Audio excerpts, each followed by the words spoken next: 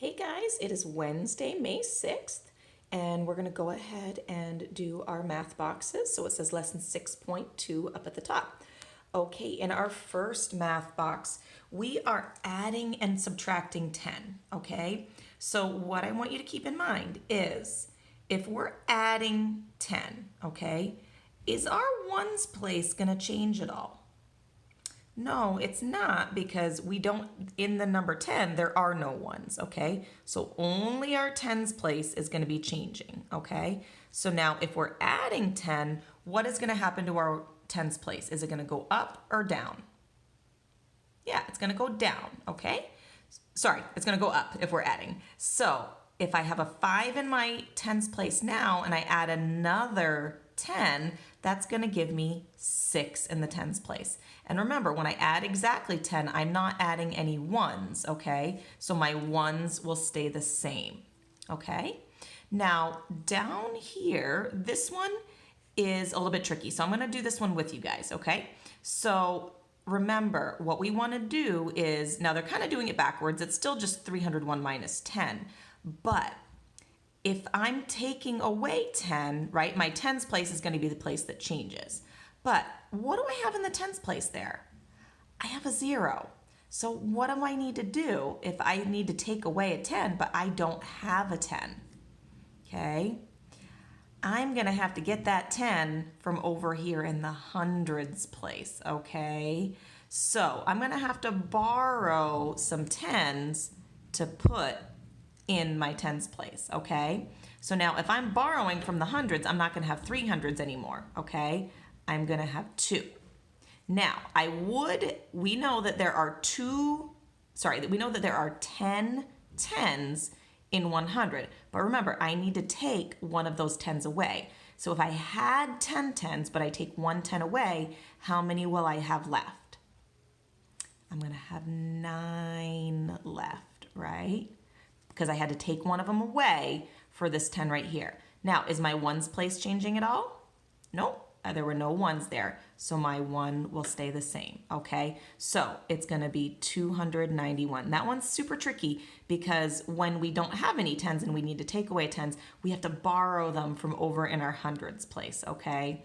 So we had to borrow 10 10s because that's how much there is in 100, and then we take one of those away and that'll leave us with 9, okay? I'm gonna have you guys do these 2 up here because I think those ones you should be able to do. Remember, only your 10s place is gonna be changing, okay? So over here, we got one of our start, change, end, okay? The temperature was 77 degrees in the afternoon and it was 60 in the evening. How much did the temperature change? Okay, well, we know that we started with 77. Okay, so we're gonna write 77 in our start box. Now, it's 60 in the evening. That's what I'm ending with, okay? So I know my start and I know my end. What I don't know is my change, okay? Well, what I need to do first is I need to figure out, did the temperature go up or down? Well, if I started with 77 and I ended with 60, I know that I'm going down. So I know that it's going to be minus, okay?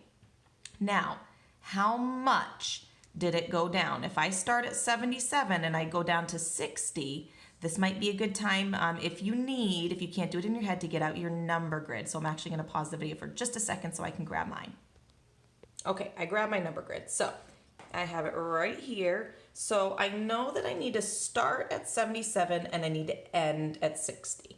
So I'm going to find 77 here on my number grid, okay? And I need to get all the way up to 60, okay? So what I'm going to do is I could count by ones. I could count all the way back here and here until I get to 60. I could do that, okay? If you want to do that, go right ahead. But I also know that I can make a jump up, and I know that that's a jump of 10. So to get from 77, if I make a jump of 10, that puts me at 67. Now, can I make another jump of 10? No, because that would put me at 57. I'm only going to 60. So I'm going to make my jump at 10, and then I'm going to count by ones from here. So I know I go 10, 11, 12, 13, 14, 15, 16, 17. Okay? I know I have to get to 7. I know I went back 17. So we already knew that it was minus, and now we know that it's going to be 17. Okay?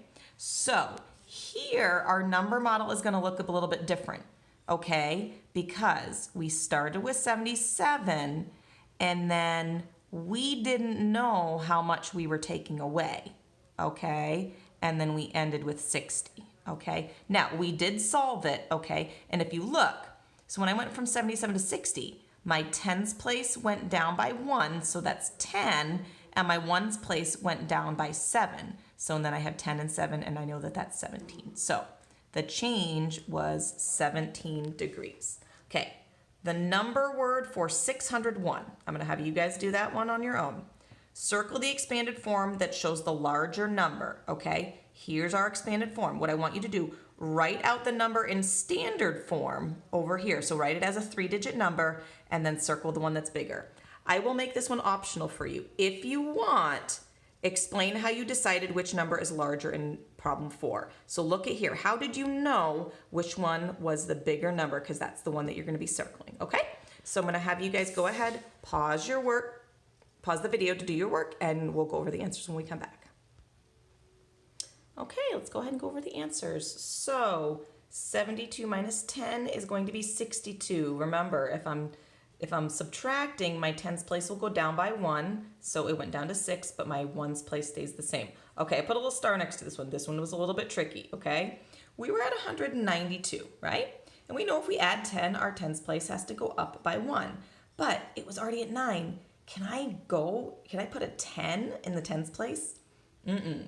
What I need to do is I need to take those 10 tens and I need to trade them in for another 100. So that bumps my hundreds place up to a 2. But now, since I traded all those tens in, I don't have any tens left. So that becomes a 0, and then my ones place stays as a 2 there. So that one was a little bit tricky, so that's why I put the star there. Okay, so we did this one all together. So we'll go down here, write the number word for 601. It's just 601. It's not 601, it's just 601, okay? Over here, when I wrote my numbers in standard form, this one was 718, this one was 699. Well, all I gotta do is look in my hundreds place, and that right there, I see a 7. That tells me that that's the bigger number.